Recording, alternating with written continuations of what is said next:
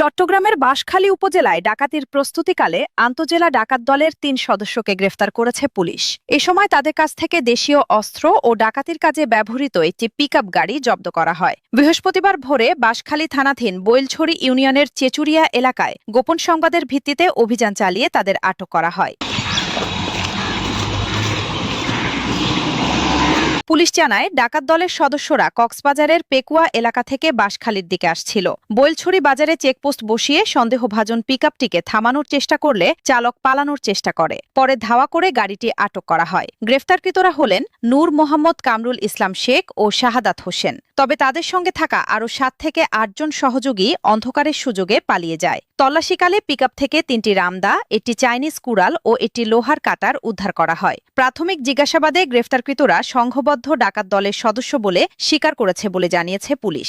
নূর মোহাম্মদ, পিতা মৃত হচ্ছে আব্দুর রহিম, ওনার গ্রাম হচ্ছে বিলপুর আনোয়ারা বাঁশখালী। দ্বিতীয় নম্বর হচ্ছে কামরুল শেখ, পিতা হইল ইসুফ আলী শেখ, গ্রাম হচ্ছে ওনার পাগলা শ্যামনগর, থানা হচ্ছে ফকিরহাট, জেলা বাগেরহাট। তারপরে ৩ নম্বর হচ্ছে মোহাম্মদ শাহাদাত হোসেন, পিতা হচ্ছে মৃত ইব্রাহিম।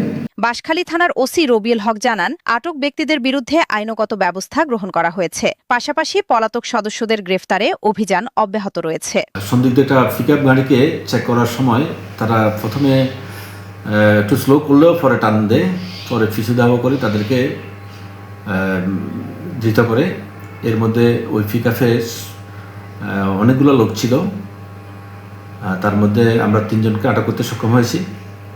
এই ৩ জনের একজনের বাড়ি হলো বাগেরহাট খুলনা, আর 2 জনের বাড়ি হচ্ছে আনোয়ারাতে। প্রত্যেকের ফিসিবের খুবই খারাপ। প্রত্যেকের নামে চট্টগ্রাম শহর, চট্টগ্রাম জেলা, ফেনী জেলা সহ দেশের বিভিন্ন জেলায় তাদের বিরুদ্ধে ডাকাতি মামলা, ডাকাতি প্রস্তুতি মামলা এবং গরু চুরি মামলা রয়েছে। News desk, Chittagong.